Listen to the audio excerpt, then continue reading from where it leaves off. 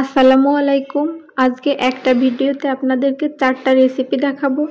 একটা complete burger তৈরি করার জন্য যে 4টা প্রধান উপকরণ প্রয়োজন সেগুলো আজকে তৈরি করে দেখাবো। বুঝতেই পারছেন আজকের ভিডিওটা অন্যরকম হতে চলেছে। চলুন তাহলে শুরু করি। প্রথমে বার্গার তৈরি করার জন্য আমাদের লাগবে রুটি। এজন্য বনরুটি তৈরি করার জন্য আমি একটা পাত্রে নিয়ে নিয়েছি পৌনে 1 কাপ পরিমাণ হালকা গরম লিকুইড দুধ। এবার এতে দিয়ে দিলাম হাফ চা চামচের একটু কম লবণ, 2 টেবিল চামচ পরিমাণ চিনি এবং 1 চা চামচ পরিমাণ ইস্ট। এবার আমি সবগুলো উপকরণকে একটু নেড়ে চেড়ে মিশিয়ে নিব। দুধটা একটু উষ্ণ গরমের থেকে একটু বেশি গরম হতে হবে, এতে করে আমাদের ডোটা ভালোভাবে ফুলে উঠবে। সবগুলো উপকরণ ভালোভাবে মেশানো হয়ে গেলে এবার এতে দিয়ে দিব 2 কাপ পরিমাণ ময়দা। এখানে ময়দার পরিবর্তে আটাও ব্যবহার করা যেতে পারে। আমি ময়দাটা দিয়ে একটা ডো তৈরি করে নিয়েছি। আমি এখানে একটা নরম ডো তৈরি করে নিয়েছি। ডোটাকে খুব বেশি শক্ত তৈরি করে নিইনি, এতে করে রুটিগুলো ভালোভাবে ফুলে উঠবে। ডোটা যদি খুব বেশি শক্ত হয়ে যায় সেক্ষেত্রে রুটিটা ভালোভাবে ফুলবে না। এবার আমি একটা ডিম ভেঙে কুসুমটাকে আলাদা করে নিয়েছি। এবার ডিমের সাদা অংশটাকে এখানে দিয়ে দিলাম, আর দিয়ে দিলাম 2 টেবিল চামচ পরিমাণ সয়াবিন তেল। দিয়ে ডোটাকে একটু মাখিয়ে নেব। আমি এখানে মোট 3 টেবিল চামচ পরিমাণ তেল ব্যবহার করব। প্রথমে আমি 2 টেবিল চামচ পরিমাণ তেল দিয়ে এটাকে ভালোভাবে মেখে নিয়েছিলাম। এটা যত ভালোভাবে মাখা হবে রুটিটা তত ভালোভাবে ফুলবে। এবার হাতে আমি আরও খানিকটা তেল মাখিয়ে নিয়ে ডোটা উপর থেকে মাখিয়ে দিলাম। এবার ডোটাকে আমি 2 ঘন্টা রেস্টে রেখে দিয়েছিলাম। 2 ঘন্টা আমি একটা গরম জায়গাতে এটাকে রেখে দিয়েছিলাম। এজন্য ডোটা ফুলে একদম ডাবল হয়ে গেছে। এবার ডোটাকে ভালোভাবে হাতের সাহায্যে আমি চেপে চেপে মেখে নিয়েছি। ডোটা মাখার আগে হাতে কিছুটা তেল মেখে নিয়েছি, এতে করে হাতের সঙ্গে লেগে আসেনি। ডোটাকে ভালোভাবে মথে নিতে হবে। এ পর্যায়েও ডোটাকে ভালোভাবে মথে নিয়েছি আমি। এবার ডো থেকে যতগুলো রুটি তৈরি করব ততগুলো লেচি কেটে নিয়েছি। আমি বনরুটিগুলো তৈরি করার জন্য এখানে 3টা হটপটের মুখ নিয়ে নিয়েছি। এখানে যে কোনো স্টিলের প্লেট বা পাত্রে রুটিগুলো বসালেই হবে। আমি যেহেতু হটপটের মুখে বনরুটিগুলোকে বেক করে নিব, এজন্য আমি এতে কিছুটা তেল ব্রাশ করে নিয়েছি, এতে করে রুটিটা ভালোভাবে উঠে আসবে। এবার আমি একটা ডো নিয়ে হাতের সাহায্যে গোল করে বনরুটির শেপ তৈরি করে নিয়েছি। এবার এগুলোকে হটপটের মুখে বসিয়ে নিয়েছি। আমি এভাবে হাতের সাহায্যে ঘুরিয়ে ঘুরিয়ে সবগুলো রুটি তৈরি করে নিয়েছি। বাকি ডোগুলো আমি একটা স্টিলের প্লেটে বসিয়ে নিয়েছি। সেমভাবে আমি স্টিলের প্লেটে বসানোর আগে তেল ব্রাশ করে নিয়েছিলাম। আর প্রথমে আমি ডো মাখানোর সময় যে ডিমের সাদা অংশটা ব্যবহার করেছিলাম ওখান থেকে ডিমের কুসুমটা আমি সরিয়ে রেখেছি। এবার সেই কুসুমটাকে আমি রুটির উপরে ব্রাশ করে দিব, এতে করে উপর থেকে সুন্দর একটা কালার আসবে। আমি সবগুলো রুটিতে উপর থেকে ব্রাশ করে দিয়েছি। বনরুটিগুলো যেন দেখতে দোকানের মতো লাগে এজন্য আমি উপর থেকে কিছুটা পরিমাণ সাদা তিল ছড়িয়ে দিয়েছিলাম, এতে করে রুটিগুলো দেখতে একদম দোকানের মতো লাগবে। এবার রুটিগুলোকে বেক করার পালা। এজন্য চুলায় আমি একটা হাঁড়ি গরম করে নিয়েছি। হাঁড়ির ভিতরে আমি কাগজ দিয়ে তারপর স্ট্যান্ড বসিয়ে দিয়েছি, এতে করে রুটির উপর সুন্দর একটা কালার আসবে।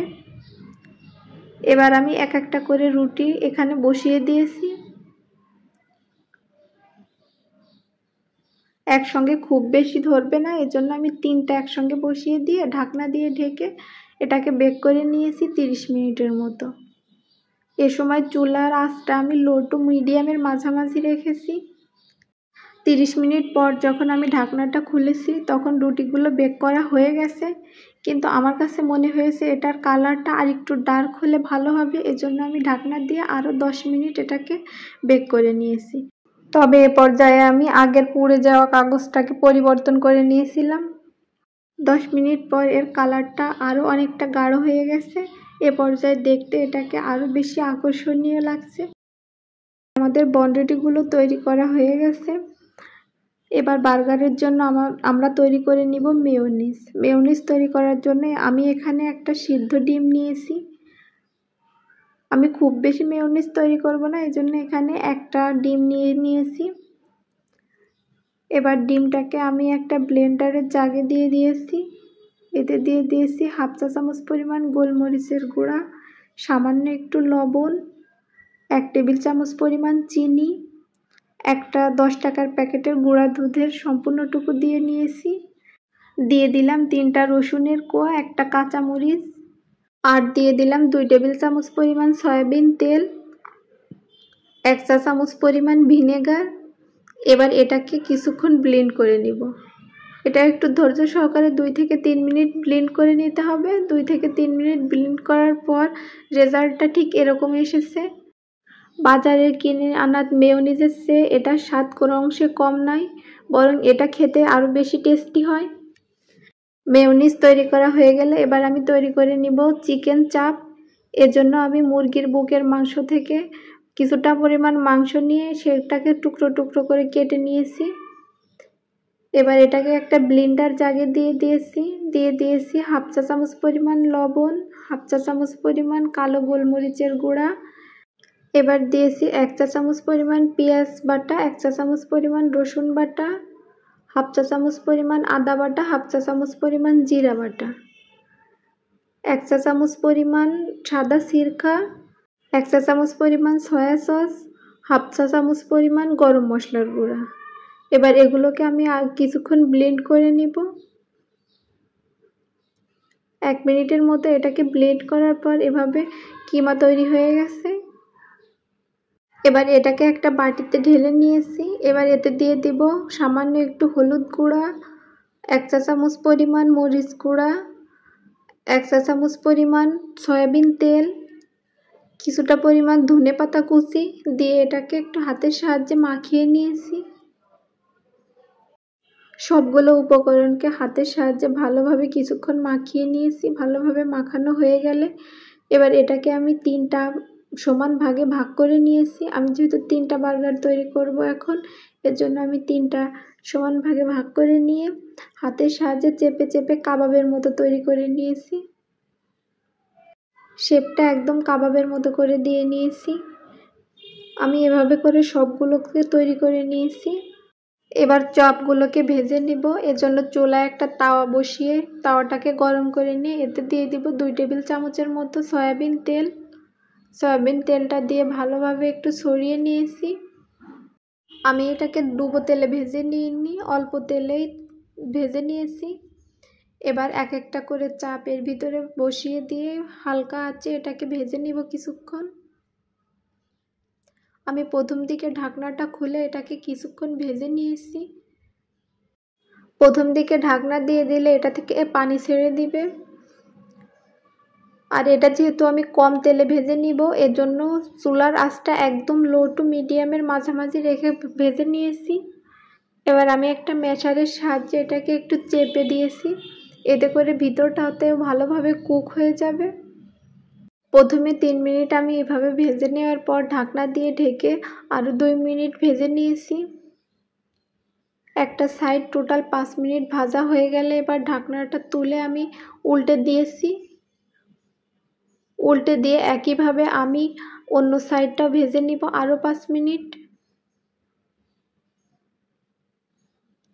এ পর্যায়ে আমি আবারও এটাকে ঢাকনা দিয়ে ঢেকে দিয়েছিলাম। 5 মিনিট পর আমি ঢাকনাটা আবার তুলে নিয়েছি। সবগুলো চাপ এভাবে করে ভাজা হয়ে গেলে আমি তাওয়া থেকে এগুলোকে তুলে নিয়েছি। এ পর্যায়ে প্রথমেই যে বনরুটিগুলো আমি তৈরি করে রেখেছিলাম, বনরুটিগুলো এবার একটা ছুরির সাহায্যে মাঝখান দিয়ে কেটে নিয়েছি। আমি এখানে আপনাদেরকে 2টা বার্গার তৈরি করে দেখাবো, এর জন্য আমি 2টা বনরুটি নিয়েছি। বনরুটিগুলো কেটে নেওয়া হয়ে গেলে এবার আমি সেম তাওয়াতেই বনরুটিগুলোকে কিছুক্ষণ সেকে তারপর তুলে নিয়েছি।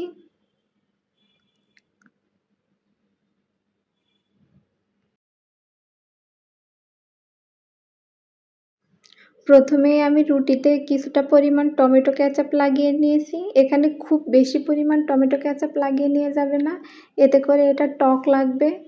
এবার আমি একটা চামচের পিছনের সাইড দিয়ে এটাকে ভালোভাবে একটু ছড়িয়ে নিয়েছি। টমেটো কেচাপ লাগানো হয়ে গেলে এবার আমি এরপরে দিয়ে দিয়েছি মেয়োনিজ। আমি আমার পছন্দ মতো মেয়োনিজ দিয়ে নিয়েছি। যে যেমন মেয়োনিজ খেতে পছন্দ করেন সেভাবে মেয়োনিজের পরিমাণ বাড়িয়ে কমিয়ে নেওয়া যেতে পারে। মেয়োনিজ লাগিয়ে নেওয়া হয়ে গেলে এবার আমি এখানে টমেটো স্লাইস এবং শসা স্লাইস আমার পছন্দ মতো কেটে নিয়েছি। এবার এগুলোকে আমি বার্গারের উপরে আমার পছন্দ মতো ডেকোরেশন করে নিয়েছি।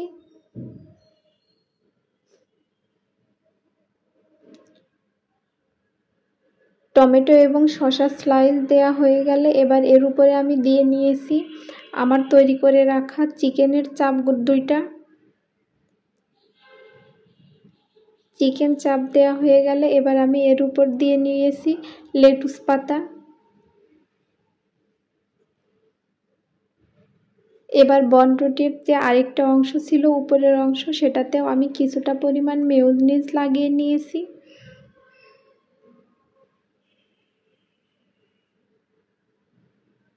এবার তৈরি হয়ে গেল আমাদের বার্গার। এই বার্গারটা খেতে অসম্ভব মজা হয়। আমি মাঝে মাঝে এটা তৈরি করে থাকি আমার বাচ্চার আবদার মেটানোর জন্য। আপনারাও একবার তৈরি করে দেখতে পারেন এই বার্গারটা। আমার বিশ্বাস আপনাদেরও এটা খুবই ভালো লাগবে। আজকে এ পর্যন্তই, আবারও দেখা হবে নতুন কোনো রেসিপি নিয়ে। ততদিন সবাই ভালো থাকবেন। আর হ্যাঁ, আমার চ্যানেলটিতে যারা নতুন তারা সাবস্ক্রাইব করতে ভুলবেন না। আল্লাহ হাফেজ।